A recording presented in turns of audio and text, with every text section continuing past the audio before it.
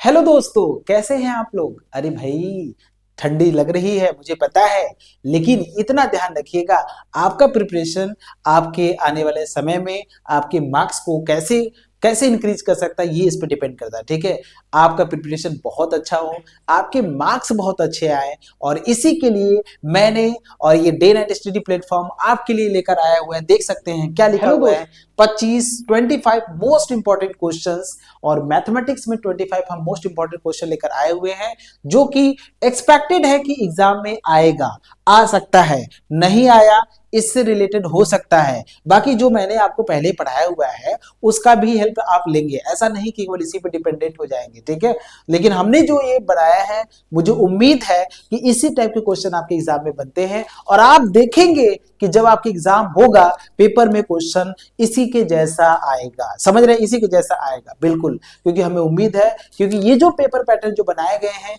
ये जो क्वेश्चन लिए गए हैं, 2 से 3 साल, 3 से 4 साल के प्रीवियस ईयर के जो सेट उठाए गए हैं वहां से लिए गए हैं। समझ रहे हैं, वहां से देखा गया कि ये सब क्वेश्चन इंपॉर्टेंट है। मैं आपको बता दूं, कुछ यूनिट ऐसे हैं कि उस यूनिट से, उस टॉपिक से क्वेश्चन हर साल पूछे जाते हैं, वही मैं यहाँ पे डिस्कस करूंगा। मतलब हर यूनिट का एक पर्टिकुलर टॉपिक होता है, हर यूनिट का एक पर्टिकुलर टॉपिक होता है जहां से क्वेश्चन आते हैं, जहां से आपको नहीं पता है कि वो क्या टॉपिक है, लेकिन आज से आपको पता चल जाएगा। बीएससी फर्स्ट सेमेस्टर के जो भी बच्चे हैं, नए बच्चे हैं, ग्रेजुएशन में भी पहली बार इंटर किए हैं, इनको कई सारी परेशानियों का सामना करना पड़ रहा है, और उसी परेशानियों का एक छोटा सा हल, एक छोटा सा सोल्यूशन मैं आपके सामने लेकर आया हूं। बाकी मैं हर यूनिट का वेरी शॉर्ट और लॉन्ग मैंने कराया हुआ है। लास्ट में मैं आपको दिखाऊंगा कि हर यूनिट का वेरी शॉर्ट लॉन्ग कहां पे है, तो मेरे साथ आप शुरू से लेके अंत तक जुड़े रहेंगे। कोई भी बच्चा बीच से नहीं भागेगा, समझ रहे हैं, कोई बच्चा बीच से नहीं भागेगा। और हर यूनिट का जितने भी क्वेश्चन है, लगता है कि यहां से क्वेश्चन बनेगा ही बनेगा, तो वो मैं आपके सामने आज डिस्कस करने वाला हूं। ठीक है, तो ये आपके जो भी 20 से 25 मिनट का जो भी अभी समय लगेगा, वो ये 20 से 25 मिनट आपका आपके आने वाले समय में मार्क्स को इंक्रीज कर सकता है, आपके एग्जाम को सिंपल बना सकता है, आपका पेपर को सिंपल बना सकता है। ठीक है, क्योंकि वो क्वेश्चन आपको आता रहेगा। जैसे मैं आपको बता दूं, ठीक है, कि पहला देखिए यूनिट है पार्ट ए। आपका पार्ट, 2 पार्ट होते हैं ना, पार्ट ए और पार्ट बी। पार्ट ए का नाम क्या होता है, डिफरेंशियल कैलकुलस, और दूसरे पार्ट का नाम क्या होता है, इंटीग्रल कैलकुलस। तो हम पार्ट ए में 4 यूनिट होते हैं, यूनिट 1, यूनिट 2, यूनिट 3, यूनिट 4, और फिर इसी तरह पार्ट बी इंटीग्रल कैलकुलस में भी 4 यूनिट होते हैं, 1, 2, 3, 4। ठीक है, तो यूनिट 1 में क्या होता है, यूनिट 1 में होता है क्या है, अगर ध्यान से देखेंगे तो यूनिट 1 में सीक्वेंस और सीरीज आता है। क्या आता है, सीक्वेंस और सीरीज आता है। यूनिट 1 में सीक्वेंस और सीरीज आता है। तो सीक्वेंस से क्वेश्चन कैसे आ सकते हैं, सीरीज से क्वेश्चन कैसे आ सकते हैं, वो सभी देखिए मैंने आपके सामने ये लिखा हुआ है। मैंने केवल एक्सपेक्टेड लिखा है। मैं आपको बता दूं, आपने जो पहले जितना मतलब आपने जो पहले से पढ़ा है, आप उसको बिल्कुल पढ़िए, बिल्कुल उसको बना के रखिए, कोशिश करिए कि वो हमारे एग्जाम में उसके भी क्वेश्चन आएंगे तो हम उसको बना पाएंगे, ऐसा रीडिंग करिएगा, लेकिन इसको भी पढ़ के आप जाइएगा। ठीक है, ध्यान से देखिएगा, डिफाइंड कॉची सीक्वेंस, ये टॉपिक सीक्वेंस से उठाया गया, कॉची सीक्वेंस का डेफिनेशन एग्जाम में पूछता रहता है। ठीक है ना, अब कॉची सीक्वेंस मैंने यहाँ पे डिफाइन किया है, तो आपको जाना है कॉची सीक्वेंस। कॉची सीक्वेंस को कैसे डिफाइन करते हैं, उसका एक डेफिनेशन लिखना है, और उसका एग्जांपल आपको आना चाहिए। उसका एग्जांपल भी साथ में लिखिएगा, समझ रहे हैं, उसका एग्जांपल भी आपको साथ में लिखना है, और उससे रिलेटेड जो थ्योरम है उसको भी आप रीडिंग करेंगे कॉची सीक्वेंस से। ऐसा नहीं कि बस कॉची सीक्वेंस का डेफिनेशन पढ़ लिए काम खत्म, ये सब फालतू काम नहीं। ठीक है, मैंने टॉपिक उठाया है और इससे रिलेटेड जो चीजें है उसको भी आपको साथ में पढ़ना है। ठीक है, तो कॉची सीक्वेंस देखेंगे, कॉची सीक्वेंस से रिलेटेड जो थ्योरम है वो भी आप देखेंगे, क्योंकि क्वेश्चन वहां से भी आते हैं। और इसका देखिए, prove that limit of a sequence is unit, ये भी थ्योरम आपके एग्जाम में आता है। इसी को ऐसे भी पूछता है, so that if a sequence is convergent then its limit is unique. तो उसकी लिमिट क्या होती है, वो क्या होती है, यूनिक होती है। उसकी लिमिट क्या होती है, यूनिक होती है। ध्यान से सुनिएगा मेरी बात, ध्यान से, एक एक बच्चा मेरी बात को ध्यान से सुनेगा कि ये भी थ्योरम आपके एग्जाम में आता है। और इस यूनिट से, सीक्वेंस से मैं आपको बात कर रहा हूं, सीक्वेंस से कई सारे क्वेश्चन भी आते हैं, उसको भी मैंने पढ़ाया हुआ है। मैं आपको दिखाऊंगा, अभी लास्ट में मैं आपको दिखाऊंगा, बने रहिएगा।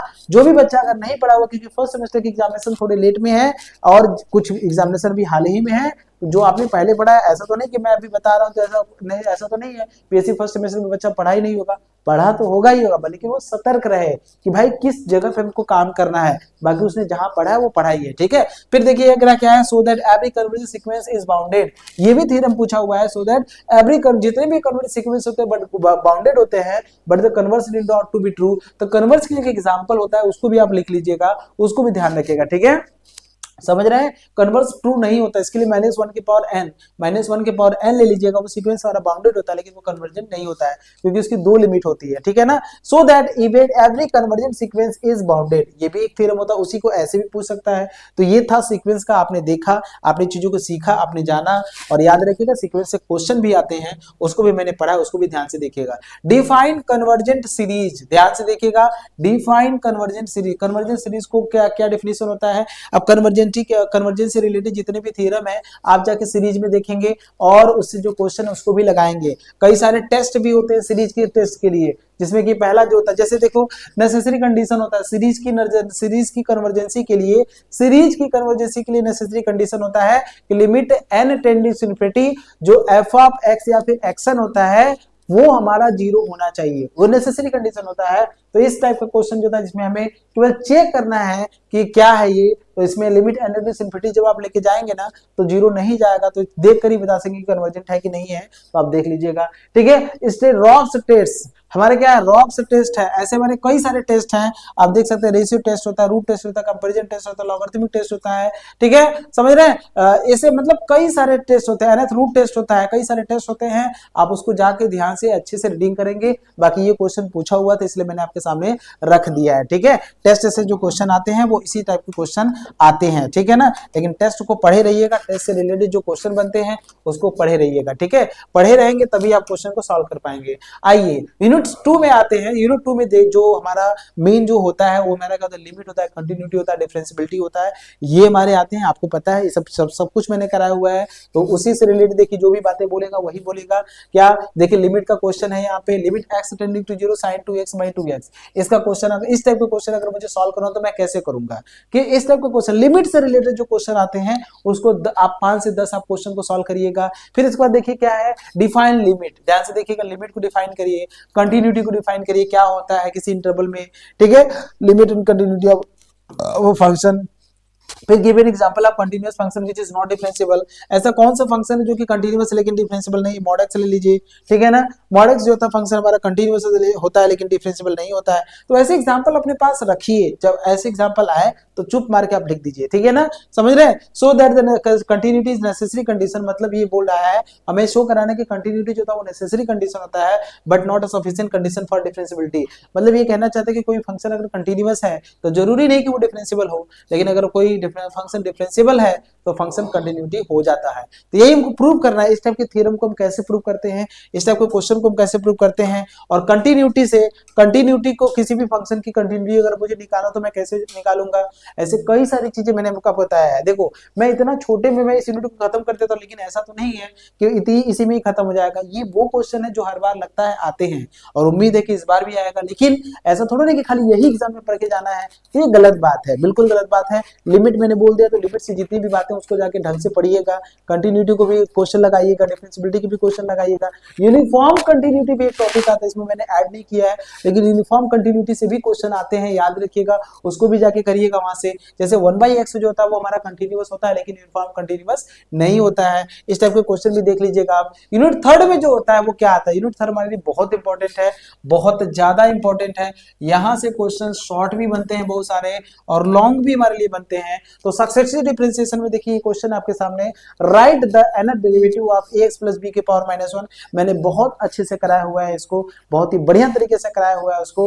फिर अब ये nth डेरिवेटिव पूछा है तो e के पावर ax का क्या होता है, cos ax का क्या होता है, sin ax का क्या होता है, log x प्लस b का क्या होता है, ये सभी चीज, e के पावर ax cos bx का क्या होता है, e के पावर ax sin bx का क्या होता है, ये सभी मैंने कराया हुआ है। उसको आप ध्यान से जाके देखिए, प्रैक्टिस मारिए, अच्छे से करिए, अपने आप आएगा। State Lebanese theorem, Lebanese theorem use कब करते हैं, दो फंक्शन का मल्टीप्लीकेशन अगर होता है उस समय अगर मुझे सक्सेसिव डिफरेंशिएशन निकालना होता है तो उस समय लेबनिज थ्योरम का यूज करते हैं। इसका स्टेटमेंट जाके ध्यान से देखिएगा। और इस टाइप का क्वेश्चन अगर है, यही क्वेश्चन मैं नहीं बोला, लेकिन इस टाइप का क्वेश्चन जो होता है जो कि लेबनिज थ्योरम से हम सॉल्व करते हैं, हम ऐसे करेंगे, ठीक है। और इसमें बहुत ही इंपॉर्टेंट है मैक्लॉरिन्स थ्योरम, इसी में आता है हमारा, टेलर्स थ्योरम भी हमारा इसी में आता है। उस पे क्वेश्चन ये देखो मैक्लॉरिन्स थ्योरम है, ये जो होता है हमारा टेलर्स थ्योरम होता है, माने सक्सेसिव से लेके मैक्लॉरिन्स टेलर्स तक आप देख सकते हैं इस टाइप का क्वेश्चन। भाई कोई जब पावर में होगा, ठीक है, जब भी पावर के किसी मतलब x-2 के पावर में होगा तो यहाँ देखो कहीं बोला नहीं है कि टेलर से लगेगा, लेकिन ऐसे क्वेश्चन में ही टेलर से लगता है। और cos x को हम मैक्लॉरिन्स थ्योरम से एक्सपेंड करेंगे तो मैक्लॉरिन्स थ्योरम से, ठीक है, cos x नहीं आएगा, कोई दूसरा फंक्शन आएगा, लेकिन cos x जैसे क्वेश्चन को जब सॉल्व करोगे तो फिर आपको लगेगा ना कि ऐसे क्वेश्चन हमारे सामने आएगा तो मैं कैसे सॉल्व करूंगा वहां पे, समझ रहे हो कि नहीं। इसके बाद देखो क्या है, state and proof Euler's theorem. यहाँ पे आइलर्स थ्योरम भी आता है, x del u by del x plus y del u by del y बराबर nu होता है, where n is the degree homogeneous function की डिग्री होती है, समझ में आ रहा है। और state and proof Euler's theorem, और ये क्वेश्चन भी इसी टाइप पे लगता है, कैसे, ये लॉन्ग क्वेश्चन है, इस टाइप का क्वेश्चन लॉन्ग में आते हैं, ठीक है। ऐसे क्वेश्चन अगर आपके एग्जाम में आते हो तो आप कैसे सॉल्व करोगे, याद रखिएगा जितनी भी बातें मैं बता रहा हूँ सारे आपके लिए बहुत ज्यादा इंपॉर्टेंट है, बहुत ज्यादा इंपॉर्टेंट है। कैसे पढ़ना है, किस तरीके से पढ़ना है वो ध्यान रखिएगा। हर एक यूनिट का अपना एक रोल होता है, हर एक यूनिट जो होते हैं वो इक्वल नंबर्स लेकर आते हैं, कुछ यूनिट का थोड़ा सा ज्यादा वेटेज हो जाता है। अब ये यूनिट हमारे लिए क्या होता है, बहुत इंपॉर्टेंट है। क्यों इंपॉर्टेंट है, क्योंकि इसमें कई सारी चीजें मिलती है, जैसे टैंजेंट नॉर्मल मिलता है, रेडियस ऑफ कर्वेचर मिलता है, एसिम्पटोट्स मिलता है, कर्व ट्रेसिंग मिलता है, एनवेलप मिलता है। देखिए रेडियस ऑफ कर्वेचर का पहला क्वेश्चन आपके सामने आया है।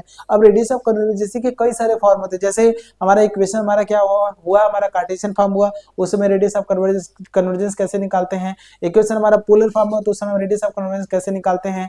इक्वेशन हमारा इंट्रिंसिक हुआ तो उस समय रेडियस ऑफ कन्वर्जेंस कैसे निकालते हैं, समझ रहे हैं कि नहीं। हमारा इस तरह मतलब चीजों को थोड़ा सा समझो, कैसे पढ़ना है, किस तरीके से पढ़ना है। बाकी ये मैं आपके सामने एक नॉर्मल सा क्वेश्चन लेकर आया हूँ, P और R में है तो इसको हम क्या बोलेंगे, पेडल बोलेंगे। क्या बोलेंगे, पेडल। ऐसा क्वेश्चन जो P और R में तो उसे हम क्या बोलते हैं, पेडल। और पेडल इक्वेशन का जो फॉर्मूला होता है R रो इक्वल टू होता है R dr by dp होता है, R dr by dp निकालिए, काम खत्म, आंसर निकलेगा। अब देखिए हमारा कार्टेशियन फॉर्म है, कार्टेशियन फॉर्म में हम रेडियस ऑफ कर्वेचर कैसे निकालेंगे, तो रो इक्वल टू होता है 1 + dy by dx का होल स्क्वायर के power 3/2 upon dy by dx2। अब ये सब सभी फॉर्मूले आपको रिमाइंड रहेगा तब ना जाके करोगे। असिम्पटोट्स फाइंड करना है। असिम्पटोट्स को जो क्वेश्चन आते हैं शॉर्ट में जो आते हैं वो पैरेलल एक्सिस के पूछता है, एक्सिस के पैरेलल, ठीक है। कुछ नहीं करना होता ऐसे क्वेश्चन में, y का जो मैक्सिमम डिग्री होता है, उसको कोफिशिएंट को 0 इक्वल पुट करोगे तो पैरेलल टू y एक्सिस होगा।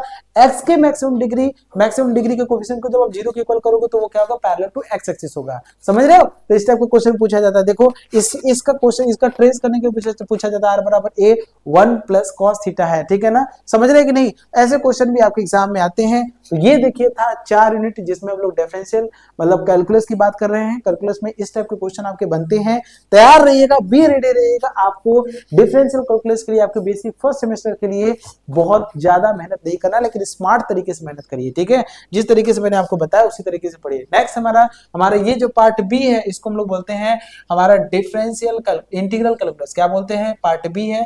पार्ट बी पेपर का नाम क्या होता है, इंटीग्रल कैलकुलस, जिसमें कि पहला क्वेश्चन आपके सामने है, define lower and upper Riemann integrals. बहुत बढ़िया। अब रीमान इंटीग्रल क्या होता है, रीमान इंटीग्रल से जो क्वेश्चन बनते हैं कैसे बनते हैं, वो कैसे बन रहा है। अब देखिए ये जो क्वेश्चन है ये पिछली बार ही एग्जाम में आया था, prove that every continuous function defined on closed interval comma b is Riemann integrable. ये क्या होता है, रीमान इंटीग्रेबल है, ये हमको प्रूव करना है। तो ऐसे क्वेश्चन भी हमारे एग्जाम में आते हैं। यूनिट 5 में हमारा रीमान इंटीग्रेबल से क्वेश्चन हमेशा बनते हैं, हर बार बनते हैं।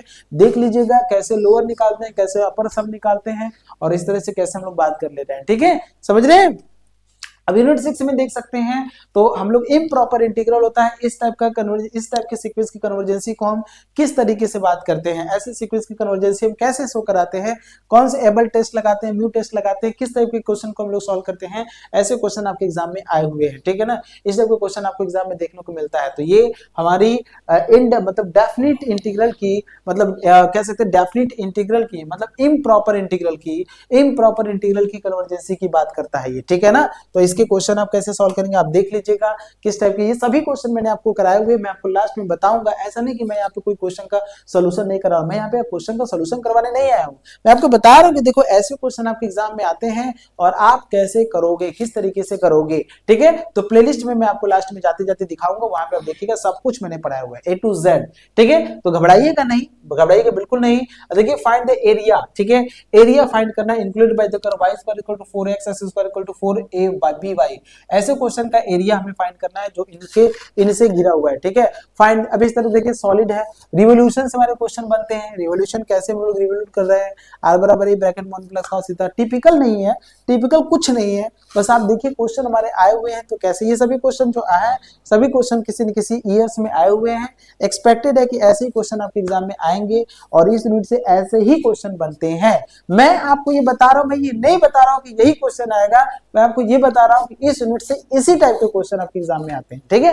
इसके बाद देखिएगा इस टाइप का इवोल्यूशन करने के लिए आएगा ऐसे, तो इसमें हम लोग क्या करते हैं डबल ये, ठीक है, चेंज ऑफ वेरिएबल, ये डबल इंटीग्रेशन है ना, तो चेंज ऑफ वेरिएबल यूज करेंगे तो अपने आप हो जाएगा। और यूनिट 8 हमारे लिए बहुत इंपॉर्टेंट है, मैंने जिस यूनिट पे आपने इंपॉर्टेंट लिखा है वो यूनिट आपका पूरी तरीके से तैयार होना चाहिए। सिंपल होता है, नंबर ऑफ कर मतलब क्वेश्चन जो होते हैं वो ज्यादा आते हैं और सिंपल भी होते हैं। जैसे डायरेक्शनल डेरिवेटिव क्या होता है आप देख लीजिएगा, डायरेक्शनल डेरिवेटिव फाई का डायरेक्शनल डेरिवेटिव कैसे निकालते हैं आप याद रखिएगा, del phi upon mod del phi अगर आप निकालते हैं तो यही हमारा डायरेक्शनल डेरिवेटिव होता है। अब इस तरह से मैंने क्वेश्चन आपको बताया है, आप देख लीजिएगा कैसे मैंने कराया हुआ है, ठीक है। अब यहाँ से देखिए कर्ल हुआ, यहाँ से क्या फाइंड करना है, then prove the del two, ये डेल टू ऑपरेटर भी होता है, डेल डॉट डेल एफ होता है। ऐसे क्वेश्चन अगर आपके सामने आते हैं तो आप क्वेश्चन को कैसे करेंगे।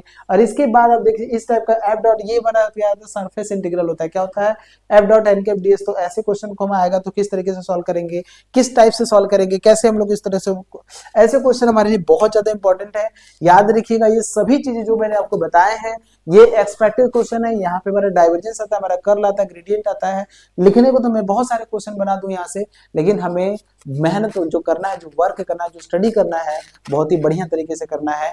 मैंने आपको बताया क्या और आप उसी तरीके से पढ़ के अगर आप जाएंगे तो डेफिनेटली आपका एग्जाम बढ़िया होगा, ठीक है ना। यूनिट में किस टाइप के क्वेश्चन बनते हैं और यूनिट में कौन सी ऐसी बात होती है। अब जैसे आप डायरेक्शन डेल फाई क्या होता है तो ग्रेडियंट होता है, तो ग्रेडियंट से जितने भी कॉन्सेप्ट होते हैं उसको देख लीजिए। कर्ल निकालेंगे तो कर्ल से जितने भी कॉन्सेप्ट होते हैं वो देख लीजिए। सोलेनोइडल होता है, इरोटेशनल होता है, तो सोलेनोइडल किसे कहते हैं, इरोटेशनल किसे कहते हैं। जब किसी का कर्ल 0 होता है तो इरोटेशनल होता है, जब किसी का डाइवर्जेंट 0 होता है तो क्या होता है, सोलेनोइडल होता है। कुल मिला जुला के बहुत अच्छा आपका तैयारी है, बहुत अच्छी तैयारी मैंने कराई हुई है। और एक लास्ट में मैं आपको बता दूं जो सभी बच्चे इंतजार कर रहे हैं ये सभी चीजें आपको कहाँ मिलेगा, तो मैं आपको यहाँ पे बता देना चाहता हूँ।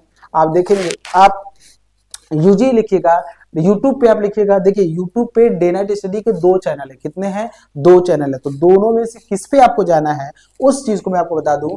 आपको केवल डे नाइट स्टडी डालेंगे, डीएनएस डालेंगे ना, तो वो वाला आपका कंपटीशन वाला खुल जाएगा, ठीक है। कंपटीशन जिसमें सीयूटी की तैयारी कराई जाती है, ठीक है। तो उस पे आपको नहीं जाना है, आपको ये सर्च करना डीएनएस यूजी क्लासेस, पूरा लिखिएगा आप, ये पूरा सर्च करिएगा, ठीक है। आप ये टोटल पूरा आपको सर्च करना है, ठीक है ना, आपको टोटल सर्च करना है। तो जब आप इसकी बात करें, अगर ये सर्च करेंगे तो फिर आप देखिए यहाँ पे क्या है, प्लेलिस्ट बना हुआ है। तो जैसे आप प्लेलिस्ट को ऊपर लेकर आएंगे यहाँ से इसमें, तो इसमें देखिए दूसरा ही हमारा फर्स्ट सेमेस्टर मैथ है, आप इसको ओपन करिएगा। और जैसे आप ओपन करिए देखिए सभी चीजें मैंने पढ़ाया हुआ है। और सबसे लास्ट में जब आप जाइएगा, सबसे नीचे जाइएगा तो हर एक यूनिट का निचोड़ मैंने कराया हुआ है, उसको आप जरूर रीडिंग करिएगा। अभी मैंने छोटा छोटा क्वेश्चन कराया है, वहां पे मैं बहुत अच्छा से डिस्क्राइब किया हूँ। इसी में सबसे नीचे जाइएगा तो हर एक यूनिट का मैंने निचोड़ कराया, हर एक यूनिट का मोस्ट इंपॉर्टेंट क्वेश्चन मैंने कराया हुआ है, ठीक है। वेरी शॉर्ट और लॉन्ग मैंने कराया हुआ है, उसको आप अच्छे से रीडिंग कर लीजिएगा, उसी टाइप का क्वेश्चन आपके एग्जाम में देखने को आएगा, ठीक है। कुल मिला जुला के मैं आपको ये बता देना चाहता हूँ कि आपका एग्जाम, आपकी तैयारी चाहे जैसी हो लेकिन एग्जाम बढ़िया जाना चाहिए, ये ध्यान रखिएगा। यही माइंड में अपने दिमाग में ये बैठा के रखिएगा और इसी से मोटिवेट होकर अपना एग्जाम दीजिएगा। आप जिनके भी एग्जाम हो रहे हैं और जिनके भी एग्जाम होने वाले हैं उन सभी लोगों को हमारी तरफ से बेस्ट ऑफ लक, और उम्मीद करते हैं कि जितनी बातें मैंने आपको बताया वो आपको समझ में आया और उसको आप फॉलो भी करेंगे, ठीक है। और जब आप फॉलो करेंगे तो रिजल्ट आपका बहुत ही पॉजिटिव आएगा, ठीक है। चलिए फिर मिलते हैं आप लोगों को, सभी लोगों को गुड नाइट,